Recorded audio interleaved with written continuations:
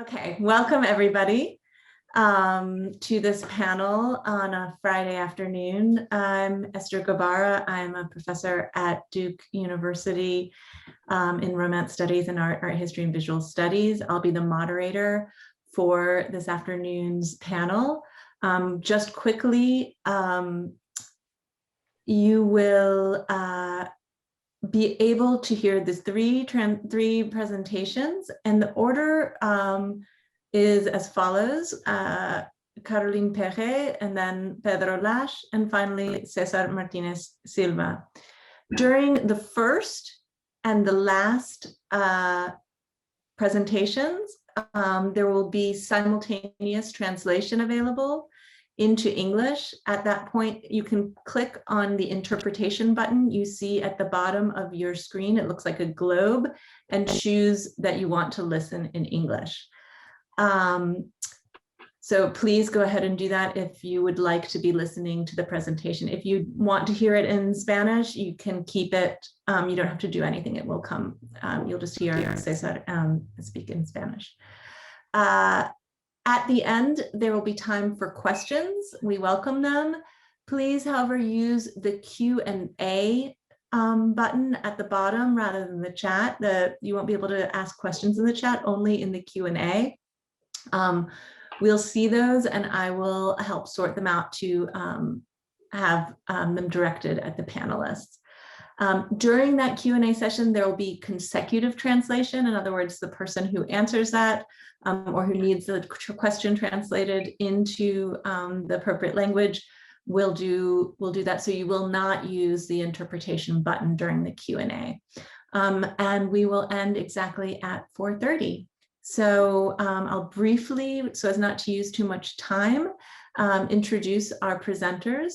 Caroline Perrée has a PhD in art history from Paris 1 Sorbonne and is a researcher at CEMCA in Mexico City.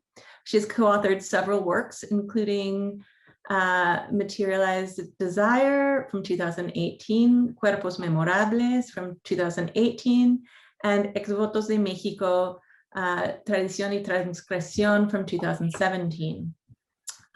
She will speak first. Welcome, Caroline. Pedro Lasch is a visual artist from Mexico, professor at Duke University, and a member of the 16 Beaver Collective. He is director of the Social Practice Lab at the Franklin Humanities Institute at Duke. His solo exhibitions and projects include Black Mirror, Espejo Negro in the Nasher Museum, Abstract Nationalism, Nationalist Abstractions at Phillips Collection, Art of the MOOC with Creative Time, and a sculptural proposal for the Zócalo in Casawabi. Welcome, Pedro. And finally, César Martinez Silva was born in Mexico. He has moved through diverse conceptual contributions and technical media in his artistic practice. He has worked on projects including Tratados de Libre Comercio, the free trade agreement, the North America Cholesterol Free Trade Agreement, or the North America Fat-Free Trade Agreement. So I think we'll have lots of interesting engagements from César as well, so welcome. And finally, thank you, Andrea Valencia, for providing our simultaneous translation for the presenters in Spanish. So Caroline, please go ahead and begin. Hola, buenas tardes. Antes que todo, quisiera agradecer a Pascal Bellaet, a Stéphanie Boulard y a Anne-Gaëlle Salió por la invitación en esta mesa redonda. Entonces, les voy a comentar lo de la máscara o la danza de las The title is metamorfosis The en la Mask cultura or the mexicana. Dance of Metamorphosis. La máscara es The una mask imagen is a labile labile porque image puede because it can be modificarse modified It adheres to the face of the wearer, and at the same time, it can adapt to that of another. So it symbolizes the plasticity of the images created by men and questions the identity relationship they build with their world.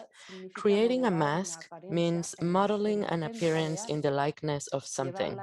Wearing it means claiming and assuming an identity that says something about our own, but it also represents another. The mask introduces the question of duality, whose complementarity presides over its creation. A duality capable of expressing a reality, but also a fantasy. And this double scope of the mask is particularly evident in Mexican culture. If we consider the mask at the intersection that operates between the past and the present. Examples of these situations abound in which reality and fantasy are associated through the mask, and they permeate everyday life with an omnipresent sacredness. Let's look at these images.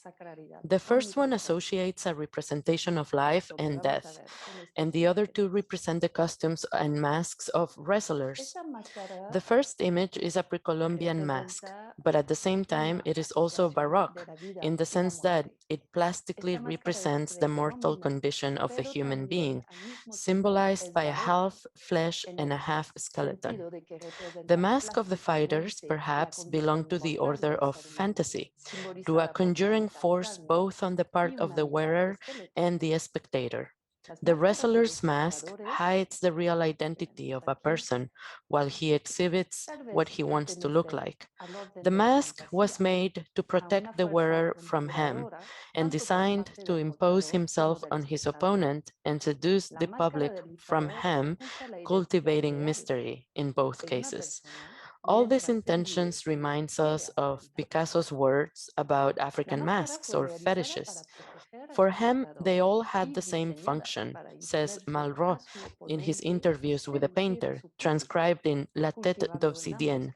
They were weapons, says Picasso, weapons to help people to stop being subjects of the spirits, to become independent. They are tools.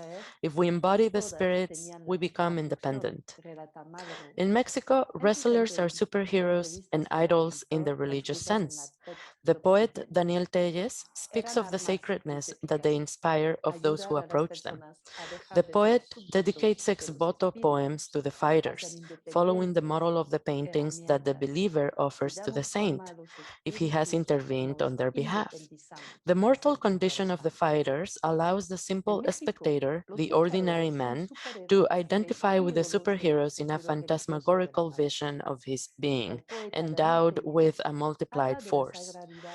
This can happen in the time of a combat and in the timeless space of a ritualized spectacle during which the existence of the spectator is sublimated.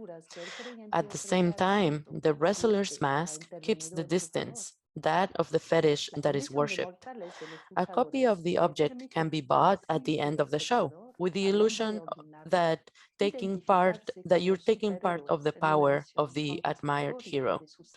Like the fetish described by Picasso, the mask allows us to confront our desires by giving them a form. He conjures up the opposing forces by opposing them to a masked identity, that of a fantasy to which one wants to give a reality using the plasticity of images. This then gives rise to a dance of identities because the only victory of the ordinary man, this banal man with a boring existence, is to be able to identify with all the fighters he gets to animate, while the fighter assumes a single identity but carries the essence of omnipotence. The dances with which Mexican communities honor the Virgin of Guadalupe around December 12th and on various dates of the Catholic calendar also reveal the multiple identities that each person can assume. Their choreographies follow a cosmogony that tells how men dialogue with the dark forces through the masks and the costumes they wear. For 5 years, the Contreras family has started to take charge of the Tecuanes dance, also called the Jaguar dance. The dance, started by the Contreras family, responds to a vow, a promise made to the divine, in the case of the Virgin of Juquila of Oaxaca and the Virgin of Guadalupe, to dance in her honor and to thank her for her intercession in curing a disease of a family member. The dancers enter either by tradition or to give thanks for the year that has just passed and to ask for protection for the coming year, or to fulfill their own mandate, that is, an individual promise made to the Virgin for reasons that belong only to them and that others do not know. It's up to everyone, as they say over and over again. The reason is clearly personal, but the dance is collective. The origins of the dance are Zapotec, explains a dancer, and Chichimec and Mixtec elements were introduced in a first process of hybridization. The choreography originally represented a myth, that of the hunting and killing of the jaguar, to punish it for destroying crops and killing livestock. The dance also symbolizes the duality of the human condition, death and life. Death is the counterpart of hunting, which multiplies the animal figures in a symbolic series of complementary dualities. The dog, the bull, the cow, all of them domesticated animals opposed by the wild figure of the jaguar, sedentary life in opposition to the nomadic life, the culture against nature. With the Christianization of indigenous cultures during the conquest, dance has been performed since colonial times to give thanks to the Virgin. Domestic animals are various figures that represent the sedentary human, and then the Christianized indigenous. Between these two worlds, the figure of the healer prowls. But the figure of the devil was introduced to guide the jaguar during the hunt. Every year, the dancers take on a new role, a new costume, a new mask, which remain unpublished because they are the results of their performance. This year, José Antonio Contreras Martinez has chosen the role of death. Last year, he played the role of the dog. To create his costume of death, José Antonio was inspired by Santa Muerte, the unofficial saint with a sulfurous reputation because the media systematically associates her with organized crime, despite the socioeconomic diversities of her followers. José Antonio is not a devotee of Santa Muerte. He was inspired by the representations of her that abound in the Mexican public space and that are subjected to constant metamorphosis. Santa Muerte always appears as a figure of power in the form of a queen sitting on a throne or under the figure of the bride, the one who is getting married. We also have this image of an indigenous woman with her headdress, and we find several figures of Santa Muerte with different colors that have a peculiar sense and also have several attributes. To the classic representation in the form of the European reaper from the Middle Ages, José Antonio has added the image of a Doberman because he wants to have one. Dance is also a time to express his wishes in a very pragmatic way. For him, the dance is to thank for his health, but also to ask for a dog. The drawing of the desired dog has an enchanting value, as if the dance could make the dancer's wish come true. José Antonio also drew a red heart to give life to the dance, which is the counterweight of death. By associating life and death, dance reminds us of the mortal condition of living beings. The dancer wears a skull mask, which has been ubiquitous in Mexican culture since pre-Columbian times. Its iconography is a fertile ground that is constantly updated, especially during the Day of the Dead festivities, under various influences that bring together the past and present, the national and foreign. Se inspiró en sus representaciones que abundan en el espacio público mexicano y que están sometidas a constantes metamorfosis, como lo ven en estas imágenes. La Santa Muerte siempre aparece como una figura de poder bajo la forma de una reina sentada en un trono o bajo la figura de la novia, la que se va a casar. También tenemos esta imagen de una indígena con su penacho y encontramos varias figuras de la Santa Muerte con distintos colores que tienen un sentido peculiar y también tiene varios atributos. A la representación clásica en forma de la segadora de la Edad Media europea, José Antonio ha añadido la imagen de un Doberman, como lo ven en la imagen, porque quiere tener uno. La danza es también un momento para expresar sus deseos de forma muy pragmática. Para él, la danza es para agradecer por su salud, pero también para pedir un perro. El dibujo del perro deseado tiene un valor de encantamiento, como si la danza pudiera hacer realidad el deseo del danzante. También José Antonio dibujó un corazón rojo por el otro lado del traje, para dar vida a la danza, que es el contrapeso de la muerte. Al asociar vida y muerte, la danza nos recuerda la condición mortal de los seres vivos.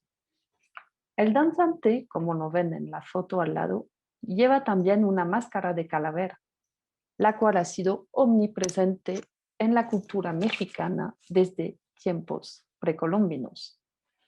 Su iconografía es un terreno muy fértil que se actualiza constantemente, sobre todo durante las festividades del Día de los Muertos, bajo varias influencias que juntan el pasado y el presente, nacionales y ajenos, con varias The figuras. figure of the Catrina, the representations of Frida Kahlo, but also the components of Halloween. He also paints his face with a flowery and colored death. Dances in honor of the Virgin have been traditionally performed for hundreds of years, but their costumes and masks are reinterpreted.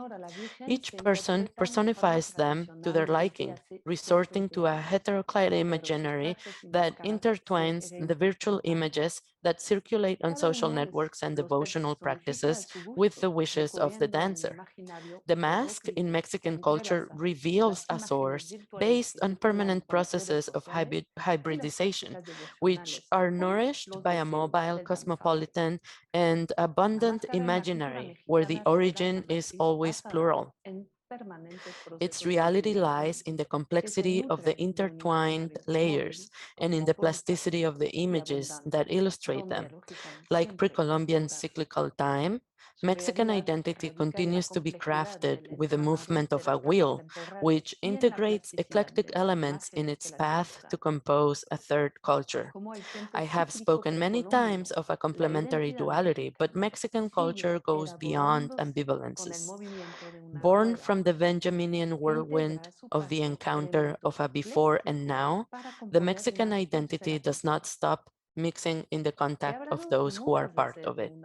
And what impresses and seduces in this plasticity is that it is orchestrated not by artists, but by individuals who shape the elements to create a dialogue with the forces that dominate them. Mexico is a country of masks whose metamorphoses reveal the multiple identity as seen in this pre-Columbian Aztec mask. A first mask opens up to flow into a second one that flows into the last one, and this could be repeated regularly. The mask illustrates how the plasticity of images is a brilliant proof of the triumph of life over death, and how creativity is both a weapon to protect ourselves and a tool that confronts and seduces the forces that govern us. Una primera máscara se abre para desembocar sobre una segunda que desemboca sobre una última. Y eso podría repetirse de manera abisal. Entonces, la máscara ilustra cómo la plasticidad de las imágenes es una prueba brillante del triunfo de la vida sobre la muerte y cómo la creatividad es tanto un arma para protegerse como una herramienta que enfrenta y seduce a las fuerzas que nos gobiernan. Muchas gracias.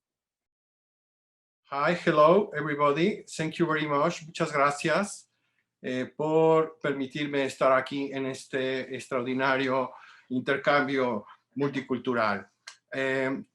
Voy a iniciar. El ego alterado y la identidad The construida. altered ego and the constructed identity. In my performance artwork, I have used the mask with a multiplicity of senses in different forums around the world, both public and private. The mask is not only an alteration of the ego, but another ego built from the everyday that has allowed me to look into ways of seeing and doing, to face different situations, from the concept of generating a new identity to giving a political meaning to the use of the mask. I reaffirm and multiplied the different meanings that masks could generate. In my intention, I pluralize and emphasize the possibilities of interpretation. Depending on the context and according to the audience I address, I take into account various factors to clarify some aspects. For this, I quote Bruno Munari, "You see only what you know of." Amé rica gelatina, a play on words, as in to say America gelatina, an American gelatin. I enjoyed the tasty jello. Amé rica gelatina. During the year 1994, the Zapatista Indigenous movement, the ZLN, emerged in the state of Chiapas in Mexico, and they used the ski mask as a symbol of identity. As soon as the movement emerged, I considered myself an undisciplined Zapatista, thereby vindicating my solidarity and political and social commitment with the oldest settlers in America. In 1999, I was invited to participate in the group show A Vuelta con los Sentidos at the Casa de América in Madrid, Spain. The performance, Amé Rica Gelatina, consisted of offering the tasting of a life-size human sculpture made with peach-flavored gelatin with a melon heart. So I took this great opportunity to use the Zapatista ski mask as a feature of historical and social identity that would allow me to illustrate the historical and current references inherited between Mexico and Spain. And in order to accentuate the power of the mask, I showed up with the body completely uncovered in clear allusion to the neurocentric view that we were discovered. The banquet was more than served. In the ritual or human sacrifice, the public chose their favorite part of the sculpture. It was almost entirely devoured by the attending guests. So the Spanish ate the Indian, and the first world ate the third world. As a curious act, the sculpture was sculpted and cooked at the general headquarters of the Spanish army. Here, we can see the tasting of the exquisite corpse of Amé Rica Gelatina. The performance had an expanded effect because there were many media, print, and television present, and they documented the piece. Subsequently, Tratados de Libre Comercio, or also broad translation, the free eating agreements, to make an allusion to the free trade agreements, have been a source of inspiration to use the mask and show the hidden side of these treaties. Xipetotec Punk. The mask has helped me in several of my events to confront the political backgrounds of various socially disguised issues. The use of the mask reveals the great hoax. In some of my proposals, also called proapuestas, I resort, as we have just seen, to the anthropophagic rituals or performance dinners, performance cenas, to shed light on the dark side and show that North American free trade agreements are actually tratados de libre comercio, a kind of gastroeconomic cannibalism ritual. I have used the mask and the performative disguise to denounce that this economic political project favors American and Canadian companies. There is a free movement of objects, but not of human beings, and the workforce in these countries is made of Mexican immigrants, some of them illegally exploited. Xipetotec was an Aztec deity who offered their skin to humanity so that they would not starve. Xipetotec was known as the Lord of the Flayed and the God of renewal. After skillfully extracting the heart of the sacrificed, a priest skinned the body and subsequently dressed their own skin with it, including the face of the sacrifice to affirm his cosmic connection with the offering. I was invited by the Phi Center for the Arts in Montreal, Canada, to present this at the Noveno Encuentro of Art, Performance and Politics, organized by the Hemispheric Institute of New York University and by Concordia University in Montreal. There, we dressed the performer, Orgy Punk, with Serrano ham Gran Reserva, so that he could be skinned and his mask bitten off until he was completely naked by the Canadians, North Americans, and foreigners present at the event. Everything represented the rebirth of the sacrificed, in this case, Mexico, lindo y que herido. Later, the Delfina Foundation in London, England, invited me to hold this same event, but this time we dressed a vegetarian and a Muslim performer in ham. In both cases, other social and political connotations were highlighted. By the way, the Spanish Foundation is very close to the Buckingham Palace. The conditions to prepare this are always carried out in professional kitchens, under the supervision of health inspectors and under the highest hygiene conditions. De la máscara pasamos a la más barata. The sense of humor, sometimes dark and macabre, is a resource of popular Mexican language that many artists and activists use to highlight the carnavalization of current politics. The Mexican industry is in charge of creating masks of irrelevant politicians at the national and global level. The big drawback is that now the candidates are real clowns and not just simulations. In this image, we see how the drug trafficker known as La Barbie holds in his arms and legs the Lord of the Mass Graves, former President Felipe Calderón. For several years, I have been using the face masks with nationalist symbols that allow me to speak or remain silent according to my intention. There have been several performances where the resource suggests the actions. The English philosopher of language, John L. Austin, argued, the performative is defined as an activity that creates what it describes. Chaos in English sounds like chaos in Spanish, caos. Cao equal to chaos. Chaos World was a performance where I disguised myself as a politician who used a bloody tie and a face mask with the flag of the European Union ready to milk the world cow. Thus, I suggested the ordeñanzas de la vida, or the milkings of life. At Toma Chocolate y No Pagues Lo Que Debes, or Drink Chocolate and Don't Pay What You Owe, was held at which was held at the Festival Internacional Cervantino, where a life-size human sculpture of chocolate was offered for tasting. On the apron and face mask, two symbols were used to represent the Tratados de Libre Comercio. The sculpture fed more than 500 culture-starved people in an irreverent and iconoclastic banquet. In the end, there was only one head left. It was cruel, but sweet. At the MACO Contemporary Art Fair held in Mexico in 2019, I distributed more than 50,000 edible dollars to the rich who went shopping at the fair. The face mask helped contextualize the donation of so much free money to eat. But here the question arises, who feeds whom?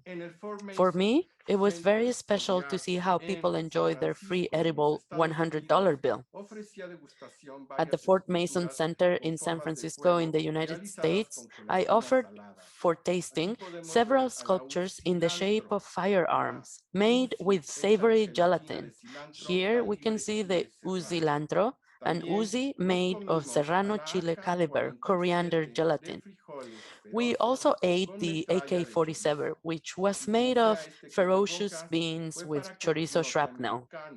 If I used this face mask, it was so that the Americans could eat back the illegal import of weapons that was made in the Fast and the Furious operation organized by the CIA, which tried to detect groups of Mexican drug traffickers in the sale of arms from the USA.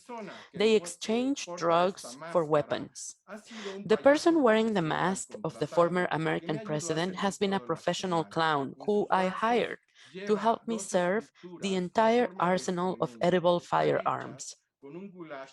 In his hands, he holds two plates that have two edible sculptures in the shape of excrement, made with a chocolate goulash that was served warm to the public. Its consistency and shape gave the appearance that they were freshly made. De cura a locura. As an artivist, I have participated in countless acts of protest against the bad government in various parts of the world.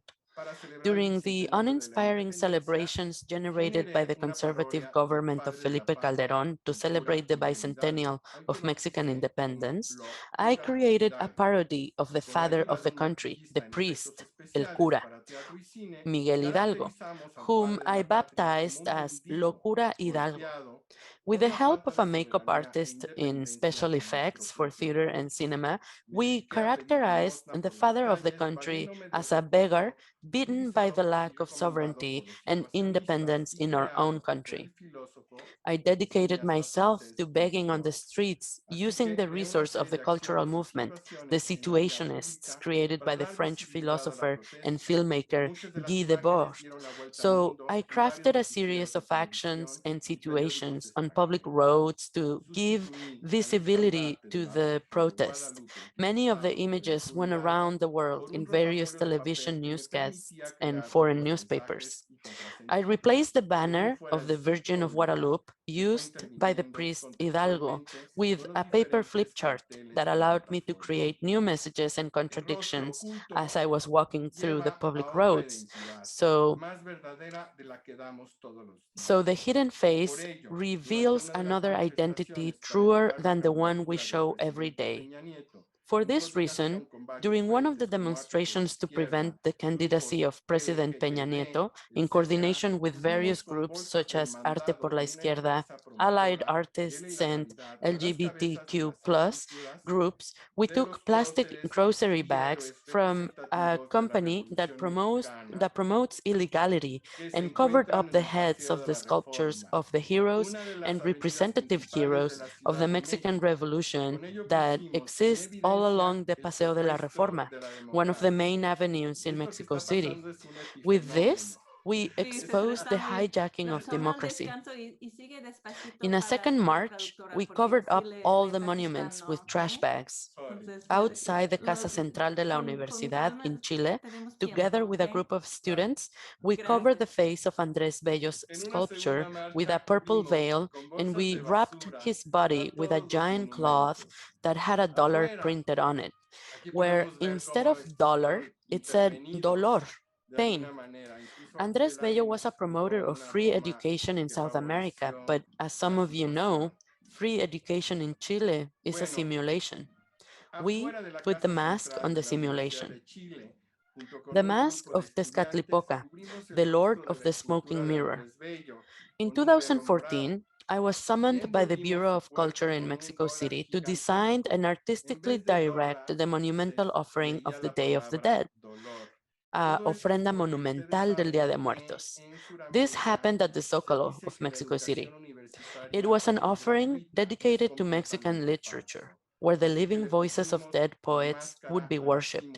It was to commemorate the 100 years of the birth of Octavio Paz, Efraín Huerta, and José Revueltas, as well as the deaths of other recently deceased Latin American poets that same year. The 24 giant skulls were produced by the Centro de Artes y Oficios Faro de Oriente and surrounded the Mexican flagpole. One of the giant skulls was dedicated to the deity of Tezcatlipoca. The original mask is in the British Museum. This huge offering served as the inspiration for the opening scenes of the James Bond 007 film, Spectre. Some of these giant skulls were even used in the film. I cannot share with you the images of the film due to copyright reasons, even though they have appropriated my work. The best part of all this is that Mexican crafts became part of a massive global scene. But at the same time, the offering during the Day of the Dead was a mask to hide the protest over the disappearance of the 43 Ayotzinapa students who disappeared a few days before the Day of the Dead. Currently, I am conducting research where I can attest with verifiable historiographic data that James Bond 007 has Mesoamerican precedents. In this research, I justify that the black screens of smartphones, tablets, and computers are actually avatars of the black mirror of Tezcatlipoca that is made of black obsidian. Siri is the updated voice of Tezcatlipoca. The English series Black Mirror, created by the English Charlie Brooker and produced by Netflix, also has a direct connection with this deity. In my latest performance interventions, I have used these black screens as masks and mirrors, and this way I am able to interact with the public by making an analogy between Tezcatlipoca and what I call Chamex Bond 007. I have presented this performance in various Mexican venues and in several public forums in Spain. Teaching as a work of art. Performance is a methodology, not just an action. It is a radical pedagogy that becomes knowledge. I have had the opportunity to give several performance art workshops in Mexico and abroad. The mask is the favorite resource of future performers. It helps them to provoke and manage a new reading of reality. The results are surprising, and in many cases, they exceed their expectations, as well as mine. Masks help us tell the truth, to reveal the hidden history behind things. That is why we have such a fascination with them. In the workshops given, we have achieved a fictional image that reveals to us the political friction of the realities that we share, those that affect us in real life and therefore determine our corporeality. The mask is for them a ritual of relief. In turn, the masks are a reflection to show the side that we do not see of ourselves. And by hiding behind it, it reveals an inner reality so dark that when realizing it, it generates a shock of amazement and admiration. And it helps the understanding of incredible things that are shown to us by mass media. Gustav Jung stated that the mask helps us to reveal what we want to be in a safer and more carnival-like way. The mask makes us visible two-headed beings. The invisibility and the visibility of the others together with that of oneself becomes synchronous, parallel, ubiquitous, one-sided. Many workshops have had immediate repercussions on public life. In the city of Querétaro, in front of the municipal palace where the government sits, we protested blindfolded over the uninvestigated femicides in that state. More than hiding the face, the mask helped us reveal our dissatisfaction with the visible invisibility in the face of the crimes perpetrated in that state.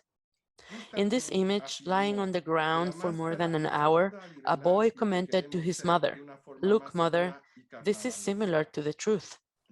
Masking can also be removing the blindfold from the other. We used this resource in one of the marches for the 43 missing students of Ayotzinapa. We did not hide our faces. Instead, we generated new amplified faces because we wanted to show the government that they were not going to vernos la cara de nuevo, to pull our leg again. During the onset of the pandemic, I was invited to present as an artist my position on the situation. There is always a possibility of generating a new identity, of building another ego that represents us in the desires of what we are not and what we want to be, or what we want to do or represent. To build new identities that have nothing to do with the imposed ones. The mask saves. The mask in the privacy of health. My 83-year-old mother fell ill with COVID in July last year. She decided not to go to the hospital. She told me that if she died, she preferred that to happen in her bed. While caring for her, I became ill, and I was forced to turn to private nurses to save her life. There have been 4 very brave women who have allowed me to still enjoy her and my life as well. At the end of days, it has been the masks that have saved our lives. La máscara nos encubre de nuestro propio miedo, del miedo a sí mismos. Miedo luego somos. Una nueva identidad, de construir otro ego que nos represente en los deseos de lo que no somos y queremos ser o hacer o representar. Construir nuevas identidades que no tengan que ver con las impositivas. La máscara salva. La máscara en la intimidad de la salud. Mi madre de 83 años enfermó de COVID en el mes de julio del año pasado. Ella decidió no ir a un hospital. Me comentó que si se moría, prefería que fuese en su cama. En los cuidados enfermé y me vi obligado a recurrir a enfermeras particulares para salvar su vida. Han sido 4 mujeres muy valientes las que me permiten disfrutar todavía de ella y de mi vida también. Al final de los días, han sido las máscaras las que nos han salvado la vida. La máscara nos encubre de nuestro propio miedo, del miedo a sí mismo, miedo, luego somos. Muchas gracias.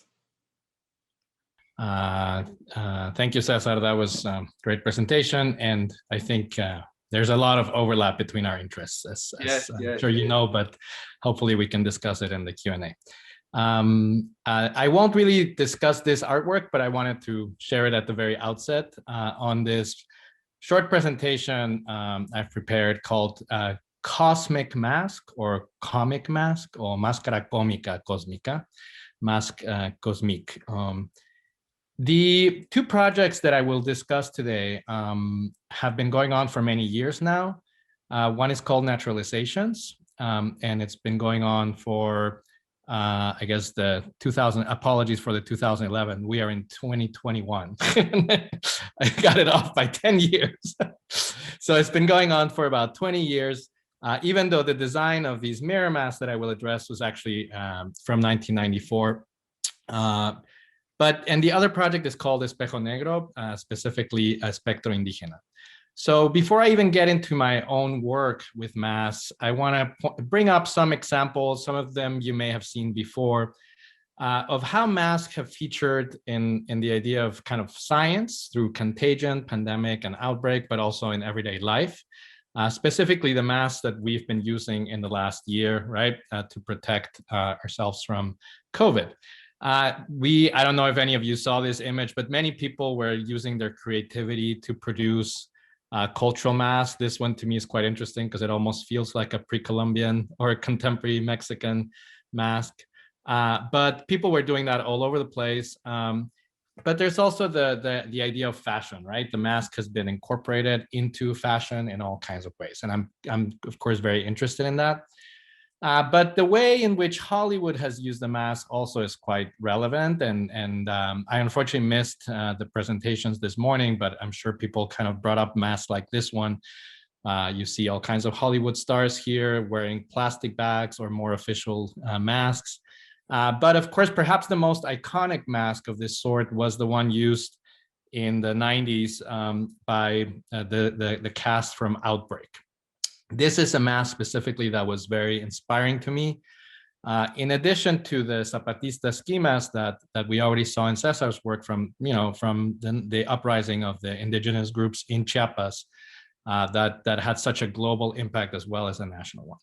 So ever since, I have been basically working with restructuring or re-understanding the segments of the human face, but through reflection, opacity, and translucency.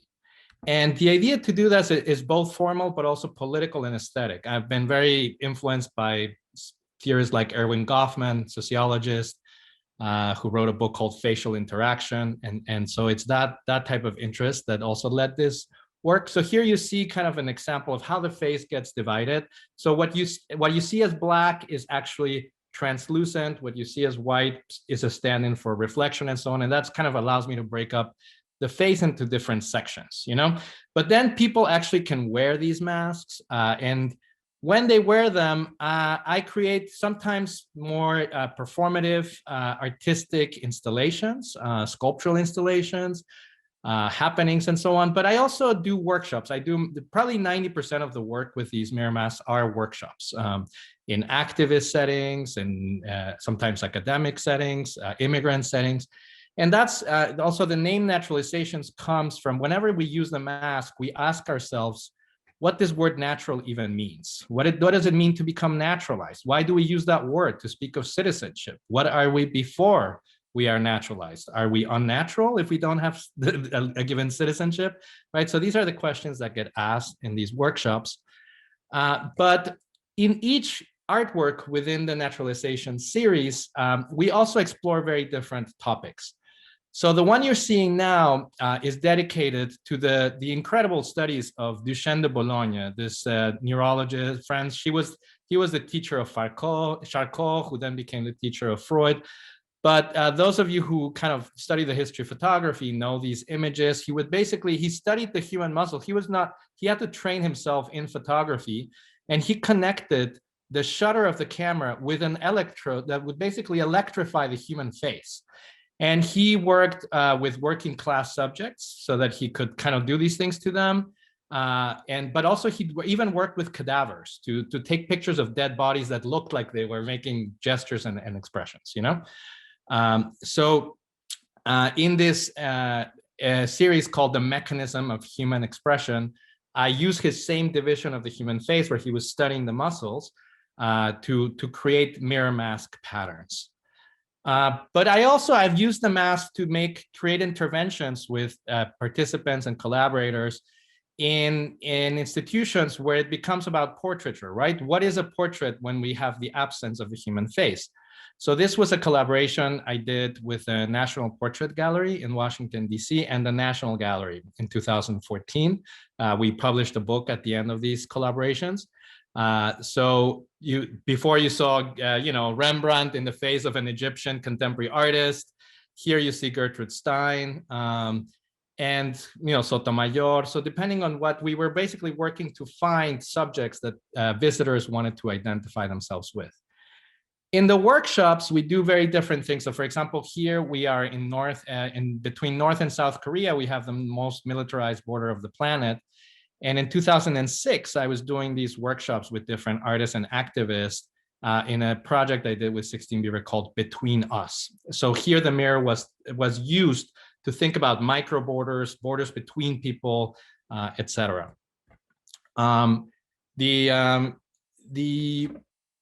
This is in the London Eye.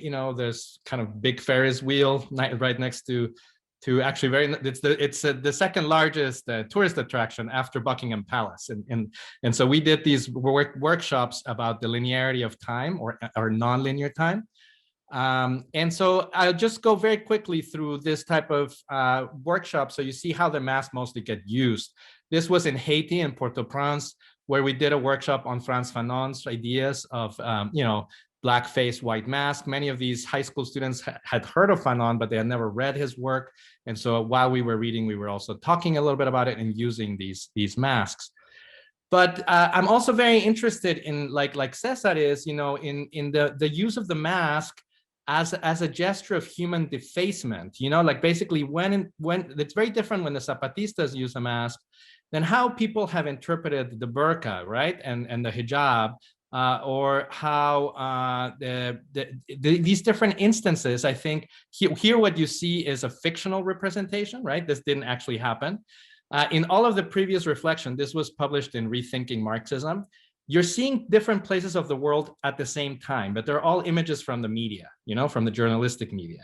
And so we're collapsing space or geography, but thinking about the same time, the same 10 years of political events. Women voting in Afghanistan, Comandanta, Ramona at a feminist conference. Michael Jackson, he was the avant-garde of the face mask for, in terms of protection from other people's, from the virus, etc.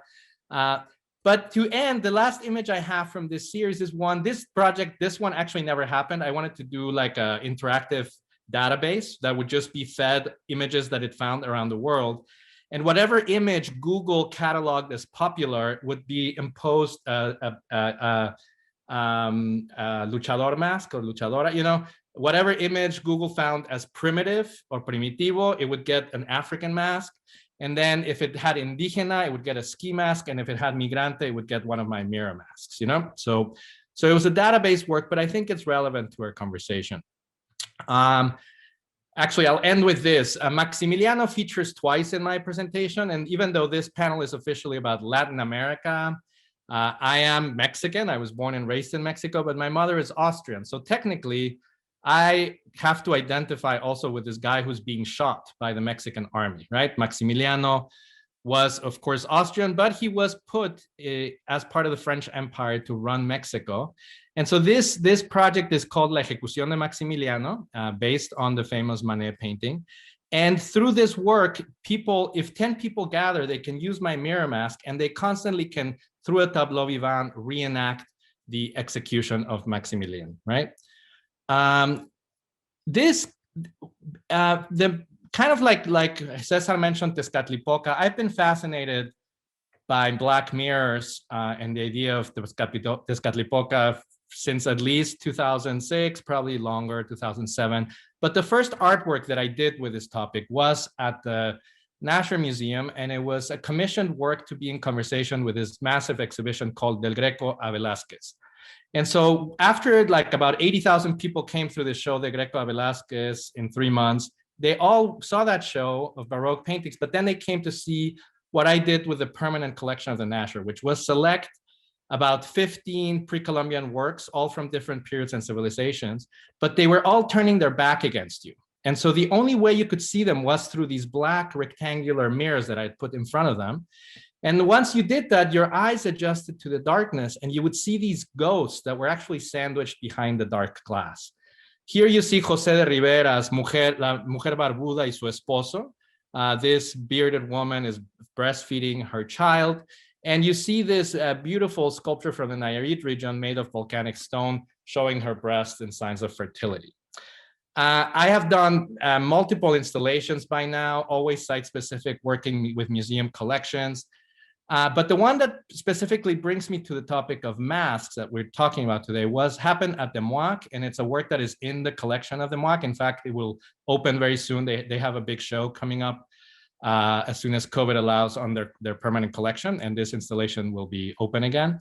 But I used Totonaca, mostly Totonaca masks from the Colección de la UNAM, Idelina, and placed them in front of this installation is called Espectro Indígena, Indigenous Spectrum. And so what people are looking at is the pre-Columbian masks, their back, but also their front through the mirror, but then they're seeing their own face, reflected with a mask. And behind each mirror, they see one instance of indigeneity, cómo lo indígena se ha entendido a través de los medios, how indigeneity has been understood in media. So there's one mirror that is about journalism, another one that is about revistas ilustradas, another one that is about telenovelas, another one that is about, you know, Cantinflas, la comedia, ¿no? Y el teatro,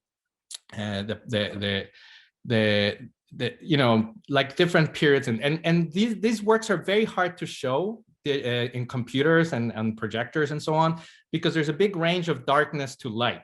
So for example, the image you saw before is actually shot through the mirror. You know, it looks, because the camera can adjust and our eyes can do the same thing. But it's when you're trying to capture both that it becomes really difficult. So here you may see this lighter skinned Mexican art journalist who looks like me. She's a lighter skinned Mexican looking at this beautiful, you know, pre-Columbian mask. But what you may miss in person, you would see it, but what you may miss in the photograph is actually an image of La India Bonita, Maria Uribe. And Esther has actually written about this. And so we could talk perhaps in the conversation part later. But I've given you an example here. I've intentionally blown out the image. You see how white the mask is on the right side, you know, because of, so that you can see La India Maria. This piece is called, it's in the set of 9 black mirrors from the MOAC collection, and it's called La Raza Cómica, making fun of, not in a light way, hopefully, of what I think is a very pernicious ideology that we've lived with in Mexico for many decades now. José Vasconcelos is known and remembered for many great reasons, his celebration of popular, you know, knowledge and education. He was the Minister of Education. He's responsible for so many of the murals in Mexico and many great things. But he's also responsible for this pernicious concept of mestizaje. That, and believe me, I'm not talking that we should defend racial purity, very much the contrary. But mestizaje has produced in Mexico this notion that there is no racism in Mexico. And it's a terrible, terrible distortion of our reality. And so ever since I was a teenager and I grew up in Mexico, I became a big critic of this concept of mestizaje, not because I don't think we should mix, but because it has disguised the violent repression that Mexican society is against people who are of an indigenous background, you know? And so here you see La India Maria apparently just smiling in front of the very famous caritas sonrientes, that's what they're called, these masks. And as a final image, I will show basically this black mirror is the one that centers the whole installation, and it's called espectro racial, racial spectrum. When after it was exhibited for the first time at the MOAC, I was really honored to be invited to have this full installation taken to the Palacio Nacional in Mexico City to close a big exhibition of the history of masks in Mexican art and culture, you know? So there were like, I think 250,000 people came to see this show while it was up at Palacio Nacional, and then it went to Yucatan. And so when the curator asked me if she could close her massive exhibition there with my piece, I thought it was a joke. I thought somebody was teasing me. And actually a friend told me later, ¿Estás seguro que entendieron la pieza? And of course she did, but it was a very bold thing to finish this big historical exhibition with a piece that I think many people understand is quite critical of Mexican ideology, right? And so, but what you actually saw, if you looked into your own face here and the pre-Columbian face and the reflection, what you would have seen is el muralismo. It's a segment that I took out from the Palacio Nacional mural. You know, that's why it was also nice to have the work installed there, because it would have been right next to the famous fresco of Riveras, where you see that same Maximiliano image where he's being shot at by in the Manet painting, we saw the tableau vivant, but here we're seeing Rivera paints the Mexican army in fighting against the French imperialism, shooting Maximiliano. But if you see, Maximiliano is turning he's a profile, he's the lightest skin. Then the Mexican criollo, Miramon, is kind of 3/4 profile, he's in the middle. And the only figure who's looking at us directly, a lot of people misinterpret him. They think he's Benito Juárez. He's not Benito Juárez, you know? And he's Mejia. Tomás Mejia is the indigenous Mexican nobody wants to talk about. In the same period of Mexican society, when Benito Juárez fought against the French and and canceled the foreign debt and did so many other incredible things. Another indigenous man was at the peak of power on the conservative side, and this was Tomás Mejia. He's indigenous, but we've erased him from history effectively. But not Rivera actually put him there, and he's the only one who looks at us directly. So when you were looking at this black mirror, you would have seen your own eyes reflected in the eyes of Tomás Mejia, which I think, of course, someone like me would have a very different interpretation, being non-indigenous, but being Mexican, than someone who identifies as Otomi or Zapotec or Mixtec, and so on. So that's my last image. I will stop there. I apologize if I went very quickly, but I think we all want to leave time for conversation. Thank you very much. Gracias. I'll ask a question that brings this idea of bringing distinct historical times, such as, Picasso, the pre-Columbian use of masks, obviously before the conquest, jumping up to contemporary performances with other masks, right? Each of the presentations seems to use the mask as like a time machine. O sea, la pregunta es si la máscara es una máquina de tiempo. Is that what it is? I mean, or is there a burden? Hay un peso, hay una responsabilidad. ¿Cuál es la responsabilidad de viajar por esa máquina de tiempo? Do you have to be respectful or careful as you're traveling through time using the mask? And this is para César, para Pedro. It seemed to be a theme that all of you were investigating. César, do you want to start? ¿Quieres empezar? Y si puedes hacer una señal cuando Andrea puede, paras y después Andrea Yo puedo hacer la señal. Okay. Vale, la pregunta era que si la máscara es una máquina del tiempo. Es una gran metáfora. Me parece extraordinaria y entre otras cosas porque ya no estamos viendo a la máscara como una situación espacial de confrontación inmediata, sino como algo que nos puede ayudar a viajar, a estar en otro lado de manera simultánea. A mí me ha parecido extraordinaria esta metáfora, la de considerar este aspecto de viajar en el tiempo, de poder relacionarnos con otros momentos, ya sea con el pasado o bien con la posibilidad de generar un nuevo futuro. Que está para un momento y Andrea va a traducir. Okay. So your question was, is it like traveling in time? That is a big metaphor. It's an extraordinary metaphor because right now we're not looking at the face mask in a spatial or confrontational situation, but instead as something that can help us travel, to help us be somewhere else in a simultaneous manner. And it has been to me an extraordinary metaphor to consider this mask as a medium to really be able to relate to other moments in time, such as the past, or to be able to generate a new future. Puedes continuar, César. Bueno, algo que a mí me gustaría resaltar aquí es el trabajo de espejo de Pedro Lasch. Me ha gustado mucho esta coincidencia entre su trabajo y el mío, el uso del Black Mirror, del espejo negro, para ver otros momentos. Él mismo en su trabajo nos ha mostrado dos momentos históricos de manera simultánea. Es un trabajo muy potente que incluso también los espectadores puedan utilizar y puedan verse con una máscara y al mismo tiempo reflejados en ese limbo del Black Mirror, ¿no? Del espejo negro. Esto ha sido para mí una afortunada sincronía.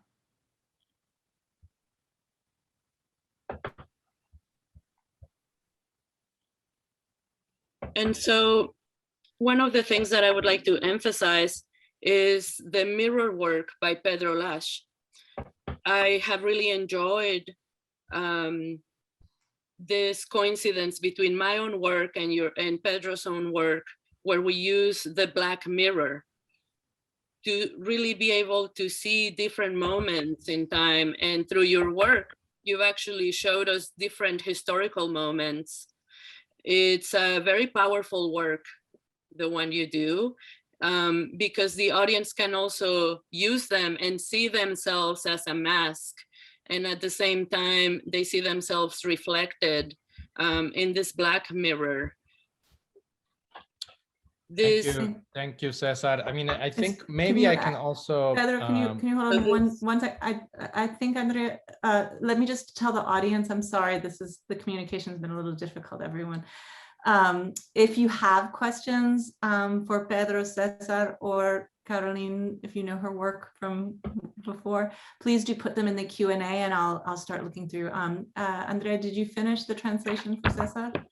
Right, so Cesar was just establishing the relationship between Pedro's and his own work through the black mirror, and how that is a medium to really transport yourself and the audience to different moments in time.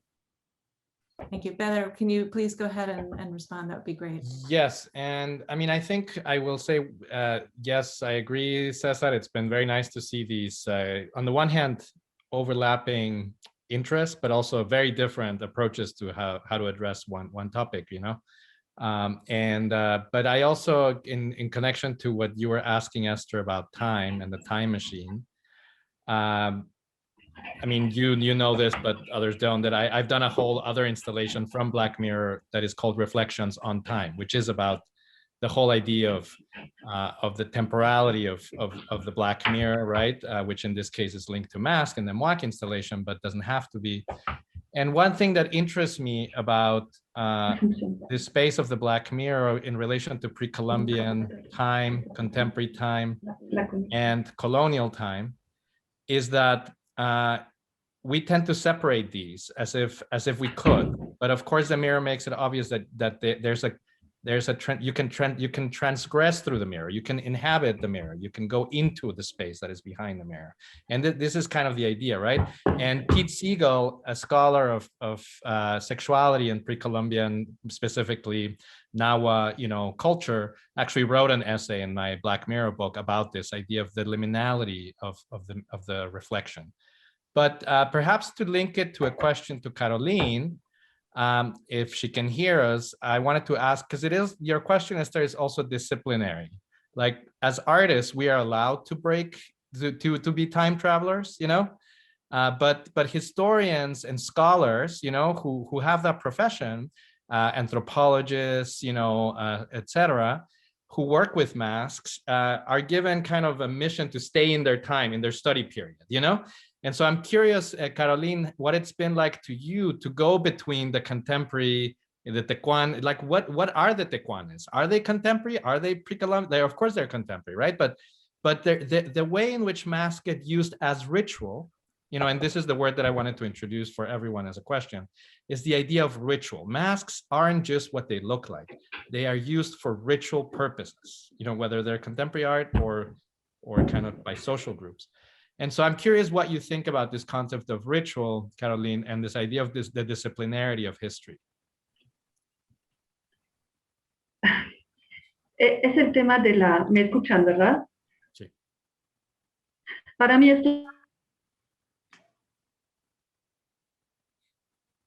todo el tema de la hibridación. No es...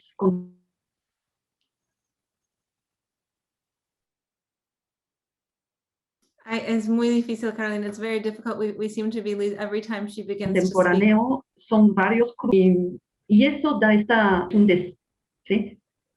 Me escuchan mal, ¿verdad? Muy mal, muy mal, lo siento. ¿Sabes qué? Hacen obras en el edificio y no estaba planeado porque esta semana funcionaba y creo que genera un impacto desde una hora. So we have problems with Caroline's internet because they're doing work in her No sirve. Mientras que es difícil, me imagino que es muy difícil, Caroline, pero igual tal No, vez si no son sirve que cosas comente breves, porque se tal vez corta todo puedes el poner en el Lo chat. siento mucho. Yeah. No sé. Ay, no.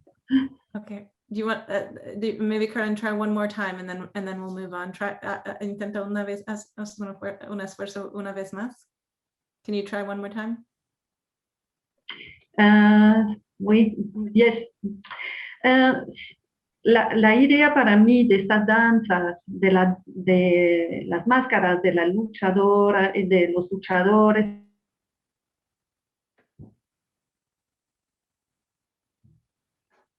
No, I'm sorry. Lo siento, Carolina. We keep losing her. But maybe if she puts a sentence or Todo two eso in the... es que atestigua de una identidad, puede ser, y del proceso de ella. Creo que estamos frente a una pluralidad. Son ejemplos de eso, del torbellino que describe Walter Benjamin. Ok, lo dejo. Okay. So we got a little bit of Walter Benjamin's torbellino whirlwind, but we really lost the content of Carolina's response. Well, I mean, and it's interesting that, as I think she mentioned the word hybridity or hybridization as well. I'm doing my best. I know, Andrea, it's very difficult to translate word for word because we literally got just bits and pieces of words, but these are two words we might follow up on, right? Is there a philosophy of history? Is somebody like Benjamin, does he make sense? I mean, this isn't even, I was laughing that this became known as, this was cited as a panel on perspectives from Latin America, when it's really two artists from Mexico and somebody working in Mexico. So in other words, is Benjamin the philosophy of history that we need for this masks? Is hybridity a useful topic? Can you respond to those questions? And I think, and César, ¿necesitas una traducción? Do you need a translation? Un poquito, Andrea, ¿me puedes nada más resumir, por favor? Sí, Esther habla un poco retomando el tema de las palabras que Caroline estaba refiriéndose en relación a las danzas de las máscaras y los tecuanes, en relación a la hibridación. ¿Cómo se relaciona esto en tu obra? Y si puedes hablar un poco en relación a estos temas de la hibridación. Bueno, es muy interesante lo que aquí en este país sucede, puesto que hemos visto algunas ocasiones a los concheros, a los danzantes indígenas, bailando con camisetas de Adidas, y toda esta mezcla de elementos que ya transgreden el orden original de la danza y que nos dan una nueva lectura.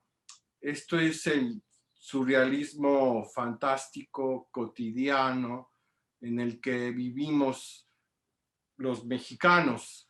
Vemos esta intersección de elementos que generan una diferente interpretación, un nuevo modo de representarse a sí mismos.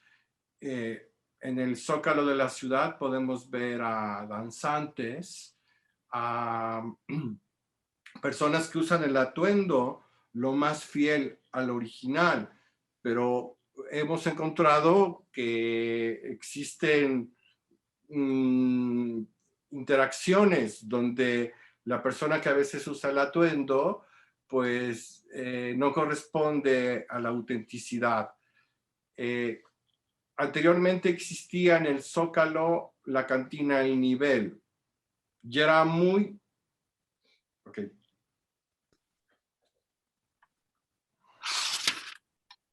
Right. So it's very interesting what happens in our country, for example, with the indigenous dancers, or also called concheros. Many times while they're dancing, they're wearing shirts that say Adidas. So this represents kind of that fantastic surreality that we can see in our day-to-day, and how all these elements interact and change all the way that we relate to each other and how they relate to the self. We see these indigenous dancers or concheros at the Zócalo of Mexico City wearing very authentic costumes, and they try to use them to stick as much as they can to the original authentic customs that they chose. But many times those interactions with the person that is wearing them are really not that authentic. There is another place in the city, and he will continue speaking now. Adelante, César. Sí, que en la cantina del nivel, que ya no existe, a veces veíamos a los concheros con sus atuendos originales bebiendo cerveza y tequila. Entonces ya no se correspondía con el ritual original. Y eso generaba un impacto, un shock muy interesante. Es como cuando vemos a un grupo de música norteña interpretando a Pink Floyd. Right. So usually whenever we used to go to the Zócalo, to a cantina that is non-existent now anymore, but it was called El Nivel, we were able to see these concheros drinking beer and tequila.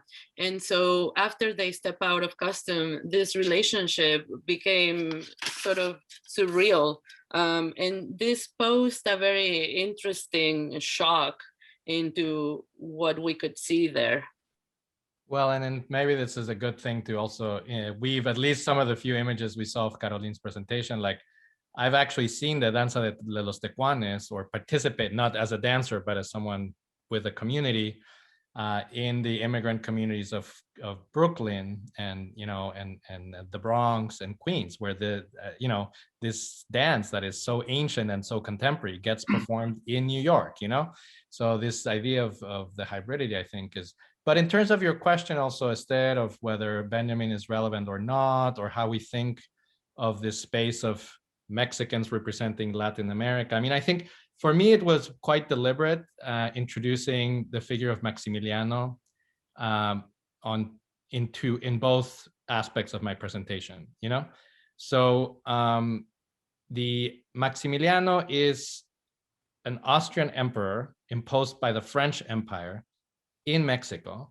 The whole concept of Latin America is Latinité. Bolivar takes it from the French. And so this is a deliberate introduction for me, because I think today we aren't just talking about Mexico. Even if Cesar and I are Mexican and Caroline talks about Mexican, I think it's all interrelated from the very beginning, this notion of separating. And so in that regard, perhaps bringing up the face mask that Cesar has been using in his performances, that feature countries very prominently, and also the image that I started with, where a person's face gets replaced with their national flag, perhaps could be the most pertinent icon, right? This notion that the rituals that we inhabit still to this day so obsessively through masks are our national identities. And so I'm curious how we, for example, for pre-Columbian, when we look at a pre-Columbian mask, we don't understand it through this prism of nationalism. And that in itself is wildly liberating to me as an artist. That the nation has nothing to do with that.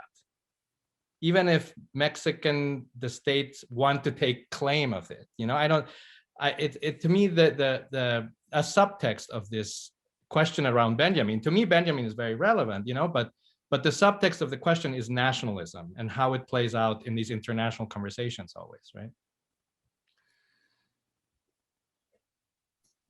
Please. By the way, I am thinking about, con la ayuda de Néstor García Canclini,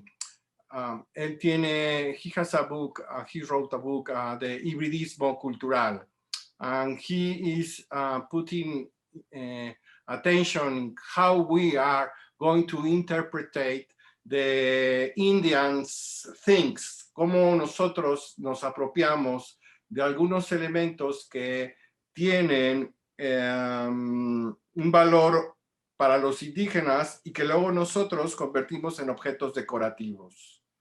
Entonces la máscara ya no se vuelve, ya no tiene el uso que originalmente, para el que originalmente fue destinado. Se convierte en un objeto decorativo. Entonces, esto deviene en una nueva forma de interpretar y de apropiación que ya no es solo multicultural, sino, como dice Néstor García Canclini, intercultural. Ya se vuelve algo que forma parte de nuestra vida, pero con otro sentido al que originalmente fue creado. Y esto es muy importante. Okay. Yes, and I would like to talk about the cultural hybridity of that Nestor Garcia Canclini speaks about when we appropriate elements and those become decorative objects. For example, the masks, that the use that we start giving to the mask is no longer destined to be what it was. It becomes a decorative object for us. And so that actually makes it so that there are new interpretations of things, and then there are new multicultural interpretations of these things that no longer are multicultural anymore. They become intercultural, and by doing so become part of our daily life, which is an interesting thing that happens. I think that that's an interesting question, but what happens if we turn to the other masks that you both have worked with? What happens when we turn to the pasamontañas, the ski mask that has been used by the Zapatistas and other political struggles, right? I mean, that mask is not decorative, right? That mask is a political necessity, right? Yeah. So what, I mean, maybe that helps us focus this into something a bit more urgent. Certainly, yes, it's great to multiply signifieds of cultural objects in a general sense, but are there limits to that? I mean, when you take up the pasamontañas, like, do you ask yourself, to what point I can appropriate this? To what point, like, what am I contributing to its political power? Am I diminishing its political power? What are the things that go through your heads as you take hold of one of these quite significant and politically marked? It is very risky. It's very risky, you know. I can create many sense in positive or reverse sides. When I was using this mark in Spain, the people associate with the movimiento ETA, you know, because this was the context. But I didn't use the hat, you know, that used the ETA or ETA, I don't know how to say it. And by the way, I like to take the risk, and when I was using this, I create many confusions in some Spanish people because they didn't know about the Zapatista movement. They didn't know, you know, Mexico sometimes is not discovery for people who live in Europe. They don't know us, you know, they see a Mexico through the television. For many people in Spain, I was living in Madrid 6 years. All of them, they told me, you don't look like Mexican. You are not brown skin. You don't speak like Speedy Gonzalez or like Chespirito, you know? That was an amazing thing. So by the way, I took the risks, and how I said at the beginning that Bruno Munari said that everybody see the people who knows, you know, and they create a free association. By the way, when I was doing this in Spain, the people create another different fantasy, you know. This year, during August, the Zapatista movement is going to be in Madrid. The women, they were going to use masks. You know, they identify with this because, by the way, they don't have a face. in political meanings, you know? That's the reason that they unify this. Now in many protests in Mexico, some people use this mask, you know, and the people create that they are bad people, delincuentes. You know, that's the risk that when we use a mask, like sometimes has a connection with some political meaning, you know. I like to take the risk, you know, in the art, in the name of art, you know, sometimes we have permission for do this, you know, because we are in imaginary land. So we'll give Pedro the last word, because we have about 3 minutes left. So you get to have the last word. I mean, I don't want to think of it as the last word, but maybe I can do a wrap up, you know, since the day has addressed, you know, masks in all kinds of ways, but ultimately we are having this conversation in the context of a pandemic where we've all been wearing masks. And I can't remember the last time in history or our personal experiences when we had to wear masks every day for so long, you know? And so I want to bring that back. And I do feel like we tend to culturally put art in the middle of a weird spectrum of triviality and necessity. So in the side of necessity is science. Science tells us these masks are essential. We need to wear them, right? And in the other extreme is the decorative. Completely just, oh yeah, a mask as decoration on a wall. It has no meaning. It has no cultural value. It's just decoration. Art we put somewhere in the middle. But I would say that whole construct is faulty. Because if you look at even the scientific mask, the political battles that have existed in the United States and in many other countries, like with Bolsonaro in Brazil, are so intense because, of course, even the scientific mask is considered a decorative object by many people who object to that. It is considered a purely ritualistic object by others, you know? Whereas for those of us who wear them, we don't see them as ritual. Like those of us who believe in the science, we don't see them as a ritual object, you know? And so I think if you want to see when a Zapatista, who is a Zapatista fighter, puts on a ski mask, it is completely different, you know, than if Cesar puts it on as a performance. Or for me as a Mexican with an Austrian mother to make an installation called Espectro Indígena is completely different than if you'd see use like a Mexican artist who has indigenous background makes an installation like that. It's a completely different thing, you know?